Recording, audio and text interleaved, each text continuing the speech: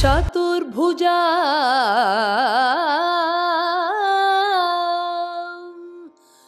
चंद्ररूपा इंदिरा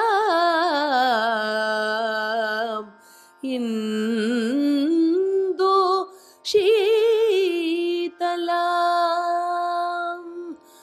आह्लाद जननी पुष्टिं शिवा शिवकरे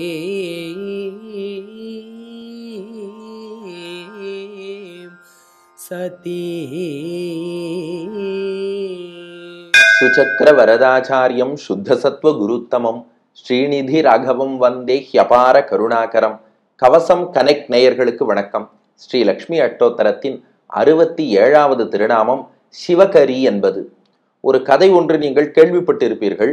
அதுல கருப்பொருளை மட்டும் எடுத்துப்போம். ஏன்னா இப்போ ஒரு கதையாக உதாரணத்துக்கு ஒண்ணு சொல்றோம்னா, இப்ப இதிகாச புராண சரித்திரங்கள் வேறு, அதை நம்ம எல்லாமே எடுத்துக்கணும்.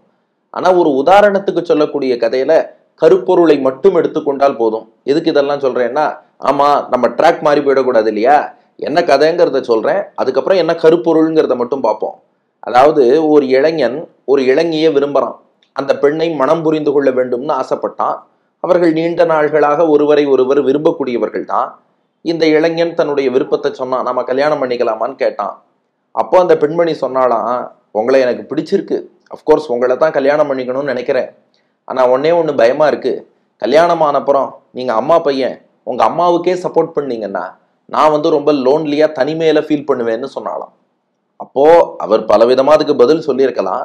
ஆனா அந்த இளைஞர் அதுக்கு டீல் பண்ணும்போது அவர் எப்படி சொன்னார்ங்கிறத பார்ப்போம். ஏன்னா யாராவது இப்போ மாமியார்னா எப்படி இருக்கணும், மருமகள்னா எப்படி இருக்கணும், கணவன் என்ன பண்ணணுங்கிறத பத்தி கமெண்ட்ஸ்ல போட ஆரம்பிச்சுட்டாங்கன்னா நம்ம லக்ஷ்மி அஷ்டோத்தரத்தை மறந்துடுவோம் இல்லையா? அதனாலதான் சொல்றேன், அங்க அந்த பர்டிகுலர் பர்சன் என்ன பண்ணார், கருப்பொருள் என்ன, அதை மட்டும் எடுத்துப்போம். ஏன்னா நம்ம இப்ப ஜென்ரலா கருத்து சொல்றதுன்னு ஆரம்பிச்சுட்டா அது ரொம்ப கஷ்டம்.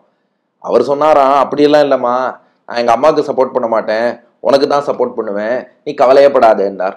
அவர் சொன்னா, இல்ல இல்ல என்னால நம்ப முடியாது, உங்களுக்கு உங்க அம்மா மேலதான் பாசம் ஜாஸ்தி, என் மேல பாசம் இல்லை, என் மீது பாசம் இல்லாத ஒருவரை நான் எப்படி மணந்து கொள்ள வேண்டும்னு அப்படி ஆர்கியூ பண்ணா. இவர் சொன்னார், இல்லம்மா எனக்கு ஒன்னதான் ரொம்ப பிடிக்கும், உங்க அம்மாவை விட, ஆமாம்மா எங்க அம்மாவை விட நீ தான் எனக்கு முக்கியம்னார். உடனே அந்த பெண் சொன்னாலாம், அப்படின்னா ஒண்ணு பண்ணுங்க, உங்க அம்மாட்ட போய் அவங்களோட இதயத்தை, ஹார்ட் இருக்கே, அதை அவங்க உடம்புல இருந்து வெட்டி எடுத்துன்னு வாங்க. உங்க அம்மாவோட ஹார்ட்டை வெட்டி எடுத்து என்கிட்ட கொண்டு வந்து நீங்க கொடுத்தீங்கன்னா நீங்கள் என்னை முழுமையாக விரும்புவதாக நான் ஒத்துக்கிறேன்னா. பொதுவாக உன் இதயத்தை கொடுன்னு கேட்பாங்க, அது லிட்ரல் சென்ஸ்ல இல்லை, அது வெர்ச்சுவலா. பட் இங்க லிட்ரலாவே உங்க அம்மாவோட இதயத்தை கொடுன்னு கேட்டாலும், மீண்டும் சொல்கிறேன், யாராவது உண்மையாகவே அப்படி கேட்பார்களா? இது ஒரு கதையா, இப்படி சொல்பவர் தவறான நபர், அப்படி தயவு செஞ்சு அதெல்லாம் வேண்டாம். இதுல ஒரு கருப்பொருளுக்காக தான் இந்த கதையை எடுத்து சொல்லிட்டு இருக்கோம். ஏன்னா எப்போதுமே நாம டைவெர்ட் ஆகி போயிட்டோம்னா எல்லாமே டைவெர்ட் ஆயிடும். நாம ஒரு நல்ல கருத்து சொல்லணுங்கிறதுக்காக தான் இந்த கதையை எடுத்து சொல்லிட்டு இருக்கோம். இப்ப இவனை என்ன பண்ணிட்டான், அந்த பெண் மீது உள்ள அந்த விருப்பத்தினால நேரா அம்மாட்ட வந்தான். அம்மாட்ட சொன்னானா, நான் ஒரு பெண்ணை விரும்புறேன், அவளை தான் கல்யாணம் பண்ணிக்கணும்னு ஆசைப்படுறேன், ஆனா ஒரு நிபந்தனை விதித்திருக்கிறாள்னா. அம்மா சொன்னா, நீ சந்தோஷமா வாழணும், அதான்டா எனக்கு ஆசை, என்னடா நிபந்தனைன்னு கேட்டா. அவன் சொன்னான், அவன் என்ன தெரியுமா சொல்றா, நான் அவளை மணந்து கொள்ள வேண்டும் என்றால் என் தாயான உன்னுடைய இதயத்தை கொண்டு வந்து கொடுக்கணும்னு கேட்கறான்னா. இதயத்தை கொடுக்கணும்னா என்ன, என் இதயத்துல அவளுக்கு இடம் கொடுக்கணும் அவ்வளவுதானேன்னு கேட்டா அம்மா. இல்லம்மா, லிட்ரலா உன்னோட ஹார்ட்டையே கட் பண்ணி மேல சுப்பீரியர் வேணாக்காவா கீழே இன்ஃபீரியர் வேணாக்காவா அப்படி அயோர்டா பல்மனரி ஆர்டரி வெயின்லாம் ஓடுறதே, அது எல்லாத்தையும் கட் பண்ணி அந்த மயோகார்டியம் அந்த ஹார்ட்டை மட்டும் அப்படியே தனியா எடுத்து அதை அப்படியே உள்ளுக்குள்ள இந்த ரிப்கேஜ் அதுக்குள்ள பத்திரமா ஹார்ட் இருக்கே, அந்த ஹார்ட்டை மட்டும் தனியா கட் பண்ணி எடுத்து அதை கொண்டு வந்து அவ கையில கொடுக்கணும்னு ஆசைப்படுறா. அதை கொடுத்தா என்ன கல்யாணம் பண்ணிப்பா, நான் விரும்பின வாழ்க்கை எனக்கு கிடைக்கும்னா. அப்பா அந்த அம்மா சொன்னாலாம், அவ்வளவுதானடா, நான் எப்படி இருந்தாலும் பரவாயில்ல, நீ நன்னா இருக்கணும், நீ சந்தோஷமா இருக்கணும், அவளை கல்யாணம் பண்ணாதான் நீ நன்னா வாழ்வேன்னா ஓகே. ஆனா ஒண்ணு பாத்துக்கோ, இப்பவே இதயத்தை வெட்டி கேட்கறான்னா நாளைக்கு வேற ஏதாவது கேட்டு உன்னை கஷ்டப்படுத்த போறா, நீ அவளோட திருப்தியா வாழ்வேனா எனக்கு சரிடான்னா. இவனுக்கு இறக்கமும் இல்லை, தாய்கிட்ட அந்த அளவு அன்பும் இல்லை, இன்னொன்னு சில வேகத்துல இருக்கும்போது நாம செய்யறது தப்பா ரைட்டாங்கிறதெல்லாம் ஜட்ஜ் பண்ண முடியாது. வெளியில இருந்து பாக்குறவங்க கமெண்ட் பண்ணுவாங்க. அவன் என்ன பண்றோன்னே தெரியாம பண்ணக்கூடிய அளவுக்கு ஒரு மயக்கத்துல இருக்கான். அது என்னைக்கு தெளியறதோ, அந்த மயக்கம் எப்ப தெளியறதோ அப்பதான் அவன் பண்ண பாப்பத்தோட ரேஞ்ச் என்ன, பாப்பத்தினுடைய மேக்னிடியூட் என்னன்னு பின்னாடிதான் தெரியும். அவன் என்ன பண்ணிட்டான், பெத்த பிள்ளை அம்மாவோட நெஞ்ச கட் பண்ணி, அதாவது அது ஒரு கொலைக்கு தானே சமம், அது கொலையே தான், அது மகா பெரிய பாப்பம். நெஞ்ச எடுத்துட்டு அந்த பெண்கிட்ட ஓடுறான். இப்போ ஆஹா, இதை கொண்டு போய் கொடுத்துட்டா அவள் அப்படியே சம்மதித்து விடுவாள், அவளை கல்யாணம் பண்ணிக்கலாம், வாழ்க்கை அப்படி இருக்க போறது. அந்த வேகம், மயக்கம், அந்த வேகத்துல ஓடும்போது ரொம்ப வேகமாக ஓடினவன் தரையில கல்லு இருக்கிறத கவனிக்காம கல்லுல தடுக்கி கீழே விழுந்தானான். கீழே விழும்போது அந்த தாயின் இதயம் அவனை பார்த்து சொன்னதான், குழந்தை பார்த்து போடான்னு தான். இதுக்காக தான் இந்த கதையை சொன்னது. இப்ப இதுல உள்ள மற்ற விஷயத்தெல்லாம் விட்டுடுங்க, நாம எடுத்துக்க வேண்டிய விஷயமே அவ்வளவுதான். நான் என்னுடைய வாழ்க்கைக்காக உன் இதயத்தை கேட்கறேன்னு அம்மாட்டேந்து இதயத்தையும் வாங்கிட்டு போயிருக்கான். அவன் வேகமா போகும்போது தடுக்கி விழறான். ஆனா அப்ப கூட தாயின் இதயம் அந்த இளைஞனுக்காக, நீ பார்த்து போடா, என்னடா இப்படி விழுந்துட்டியே அப்படின்னு அவனை பார்த்து பேசியதான். இப்ப அந்த கொஸ்டின்ஸ் எல்லாம் விட்டுருங்க, வெறும் இதயம் மட்டும் பேசுமா, உயிரே போச்சே இதயம், அதெல்லாம் விட்டுடுங்க. இந்த கதை நமக்கு உணர்த்துற விஷயம் என்ன, ஒரு தாய் என்பவள் தன் பிள்ளை, தன் குழந்தை, அது பையனோ பொண்ணோ, தங்களுக்கு எவ்வளவு தீங்கிழைத்தாலும் கூட அந்த தாய்ப்பாசம்ங்கிறது மாறாது. பெற்ற மனம் பித்து, பிள்ளை மனம் கல்லுன்னு சொல்றா பாருங்க. அந்த மாதிரி தன் இதயத்தையே வெட்டி எடுத்துன்னு போனாலும் கூட அவன் கீழே விழும்போது அவனுக்காக அந்த இதயம் துடிக்கிறது. அது கொஞ்சம் வேகமா துடிச்சுதான். அவனை பார்த்து போடா, ஏன்டா கொஞ்சம் நிதானமா போகக்கூடாதா, என் இதயத்தை உனக்கு கொடுத்துருக்கேன், நீ கொஞ்சம் பார்த்து நிதானமா போடா அப்படின்னு அவனை பார்த்து சொல்றதான்.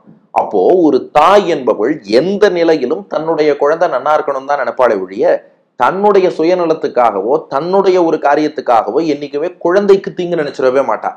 அல்லது ஃபார் தட் மேட்டர் தனக்கு அவன் தீங்கு நினைத்தாலும் அவன் நன்னா இருக்கணும் தான் நினைப்பா. ஒரு ஜென்மத்துல இந்த சரீரத்துக்கு பிறவி கொடுத்த அந்த தாயே நம்மிடத்துல இவ்வளவு அன்பு காட்டுறான்னா, அப்ப இந்த ஜீவாத்மாவுக்கு எற்றைக்கும் 7 பிறவிக்கும் தாயாக இருக்கக்கூடிய மகாலட்சுமி. இது சரீர ரீதியான அன்னை நம்ம உலகத்துல பாக்குறோம். அந்த அன்னையின் அன்பே ரொம்ப வசதிங்கிறோம். அப்படி இருக்கும்போது மகாலட்சுமி தாயார் ஒவ்வொரு ஜீவாத்மாவிடமும் எவ்வளவு அன்பு காட்டுவான்னு நினைச்சு பாருங்க. ஜெகன் மாதா. அதனாலதான் நம்ம தாயார் அப்படின்னு மகாலட்சுமியை சொல்லும் போதே மனசுக்குள்ள ஒரு ஆனந்தம் வருது இல்லையா? ஏன்னா அந்த தாயார் நம்ம மீது அவ்வளவு அன்பு வைத்திருக்கிறாள். அந்த அன்பு பெருமாள் கூட வைத்திருப்பாரான்னு சொல்ல முடியாது. பெருமாளை குறைச்சு சொல்றோம்னு அர்த்தம் இல்ல, பெருமாளும் நம்ம மீது நிறைய அன்பு வச்சிருக்கார். ஆனா தாயார் காட்டக்கூடிய அன்புங்கிறது இருக்கே, அது ரொம்ப வசதி. ஏன்னா இந்த ஜென்மத்துல ஒரு தாய் தன் இதயத்தையே வெட்டி கொண்டு போன குழந்தை கூட நல்லா இருக்கணும்னு நினைக்கிறா. அப்படி இருக்கும்போது நாமோ எத்தனையோ ஜென்மங்களா பாபம் பண்ணியிருந்தாலும் அதுக்காக மகாலட்சுமி தாயார் யாரையும் வெறுத்து ஒதுக்கிட மாட்டா. எல்லாரும் தன்னுடைய குழந்தைகள், எல்லோரும் தன்னுடைய பிள்ளைகள் என்று அபிமானம் காட்டி கொண்டுதான் இருப்பாள். இதற்கு சான்று 3 உதாரணம் சொல்றேன் ஸ்ரீராமாயணத்திலிருந்து. 1, காக்காசுரன். தாயாரான சீதாதேவியின் திருமார்பிலேயே போய் கொத்தினான், அபச்சாரப்பட்டான். ராவணனை விட பெரிய அபச்சாரம். ஆனா சீத்தை என்ன பண்ணான்னா, அவனுக்காக ராமபிரான்ட்ட பிரார்த்திச்சா, நம்ம குழந்தை விழுந்துட்டான், அவனை மன்னிச்சிருங்கோ. எந்த சீத்தையிட்ட அபச்சாரப்பட்டானோ அதே சீத்தை அவனை மன்னிச்சிருங்கோன்னா. அடுத்து 2, ஹனுமனிடம் ராட்சசிகளை எல்லாம் ஹனுமான் கொல்ல போறேன்னு சொல்லி சீத்தையிட்ட அனுமதி கேட்டார். இந்த அசோகவனத்தில் உள்ள அரக்கைகள்லாம் உங்களை ரொம்ப படுத்திட்டா, ஒரு அனுமதி தாருங்கள், ஒரே ஆள எல்லாரையும் துவம்சம் பண்றேன்னார். சீத்தை சொன்னா, அவளை மன்னிச்சு விட்டுடு. சீத்தையத்தான் படுத்திருக்கா அத்தனை அரக்கைகளும், ஆனா மன்னிச்சு விட்டுடுன்னு ஹனுமான்ட்ட சொன்னா. 3வது, ஏன் ராவணன் கூட திருந்த வேண்டும் என்பதுதான் சீத்தையின் திருவுள்ளம். பாருங்கோ, சீத்தை ஜெகன்மாதா, அவளை போய் மனைவியாக்கிக்கணும்னு நினைச்சா ராவணன், எவ்வளவு பெரிய பாப்பம். ஆனா சீத்தையை பொறுத்தவரை அவனும் நம்ம குழந்தைதான், இதை தெரியாம அசட்டுத்தனமா பண்ணிட்டு இருக்கான்னு அவனுக்கு அறிவுரை சொன்னான். ராவணனுக்கு அறிவுரை சொல்லி, நீ போய் ராமனிடத்திலே கையை பிடிச்சுக்கோ போறோம். ராமனுடைய திருவடியை பிடிக்கிற அளவுக்கு உனக்கு பக்குவம் இல்லையா? ராமனுடைய கையை பிடிச்சி ஷேக்கான் கொடுத்து நண்பன்னு சொல்லுடா. மித்திரம் ஔபயிக்கம் கருத்தும் ராமஸ்தானம் பரீப்சதா. நண்பன்னு சொல்லிட்டு ராமன்ட்ட போ. அவன் காலில் விழறதுக்கு விருப்பம் இல்லையா? நண்பன்னு போய் கை கொடுக்கலாமே. இன்னொரு விஷயம் சொன்னா சீத்தை, நிவர்த்தய மனோமத்தகா ஸ்வஜனே பிரியதாம் மனஹா. ஏண்டா எங்கிட்ட இவ்வளவு அன்பு காட்டின்னு இருக்கியே, எங்கிட்ட இவ்வளவு கெஞ்சரியே, இதுல 100ல் 1 பங்கு அன்பை உன்னுடைய மனைவிட்ட காமிச்சா உன் குடும்பமாவது சுபிக்ஷமா இருக்குமே. உன் மனைவிட்ட இந்த அன்பை காட்டாம அடுத்தவன் மனைவிட்ட காட்டின்னு இருக்கியே. அவனுக்கு என்னென்ன நல்லது சொல்லணுமோ அத்தனையும் ராவணனுக்கு எடுத்து சொன்னாள். தினந்தோறும் ராவணன் சீத்தையிடம் பல தகாத வார்த்தைகள்லாம் பேசுவான், என் ஆசைக்கு இணங்குன்னு சொல்லுவான். ஆனா சீத்தையோ அவனுக்கும் நல்லதை தான் எடுத்து சொன்னான். அது அவன் திருந்தலங்கிறது அப்புறம். ஆக மொத்தம் இந்த 3 உதாரணங்கள் பாருங்கள். ராவணன் ஒரு புறம், காகாசுரன், அரக்கிகள், இவ எல்லாரும் சீதைட்ட அபச்சாரப்பட்டா. ஆனா இன் ரிட்டர்ன் சீத்தை என்ன பண்ணான்னா அவளுக்கு கூட மங்களத்தை தான் பண்ணா.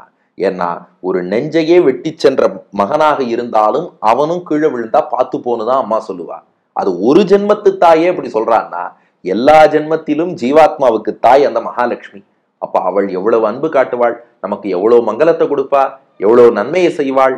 அதனாலதான் சிவகரி என்று தாயார் அழைக்கப்படுகிறாள். 67வது திருநாமம். சிவம்னா மங்களம், நன்மை. சிவகரி என்றால் அந்த நன்மை மங்களத்தை எல்லாம் செய்பவள், அருள்பவள் என்று பொருள். இதற்கு டாக்டர் ஸ்ரீ உவே கருணாகராச்சாரியார் சுவாமி அருளிய விளக்கம் பாருங்கள். சிவ இதி சப்தோஸ்ய ஸ்ரீஹி கர்த்ரி தத் சிவகரீதி நாமாஸ்யாஹா. சிவம்னா மங்களம்னு அர்த்தம். கரி என்றால் அருள்பவள். சிவகரி என்றால் மங்களத்தை அருள்பவள். யாருக்குன்னா தங்கிட்ட அபச்சாரப்பட்டாலும் கூட, தன்னை வெறுத்தாலும் கூட, அவளுக்கே தீங்கிழைக்கணும் நினைச்சாலும் கூட, அதாவது மகாலட்சுமி தாயாருக்கு யாராலையும் தீங்கிழைக்க முடியாது. அப்படி தீங்கிழைக்கணும் நினைத்தாலும் கூட, அவளை எதிர்த்து நின்றாலும் கூட, அவள் தாய் என்று அறிந்து கொள்ளாமல் அவளை இகழ்ந்தாலும் கூட, அவளுக்கு எல்லாரும் குழந்தைகள் தானே. பூமியில உள்ள எல்லா ஜீவாத்மாக்களும் அவளுக்கு குழந்தைகள் தானே. அப்போ எல்லோருக்கும் மங்களங்களை செய்து விடுகிறாள். அது ராவணனோ காக்காசுரனோ அரக்கிகளோ. அதுக்காக நாம அவளை மாதிரி இருக்கணும்னு அர்த்தம் இல்லை. அவளுக்கே நல்லது செய்யறான்னா நம்ம பக்தியோடு இருந்தா அந்த தாயார் நமக்கு எவ்வளவு மங்களத்தை கொடுப்பா. அதனாலதான் சிவகரி, அனைவருக்கும் மங்களத்தை செய்பவள். அந்த அனைவருக்கும்ங்கிறதுல யார் யாருங்கிறத நீங்களே புரிஞ்சுக்கோங்க. அனைவருக்கும் மங்களத்தை செய்பவள் சிவகரி. 67வது திருநாமம். நாமும் இந்த திருநாம விளக்கத்தை எல்லோருக்கும் பகிர்ந்து எல்லோரோடும் இணைந்து வடுவூரில் ராமபிரானோடு எழுந்தருளியிருக்கும் சீதாதேவியை தியானித்துக் கொண்டு சிவகர்யை நமஹா, சிவகர்யை நமஹா என்று தினமும் சொல்லி வந்தால் நம்முடைய குடும்பத்துக்கும் நம்மை சார்ந்தோருக்கும் அனைத்து வித மங்களங்களும் நிறையும்படி சீதாதேவி அருள் புரிவாள். நன்றி, வணக்கம்.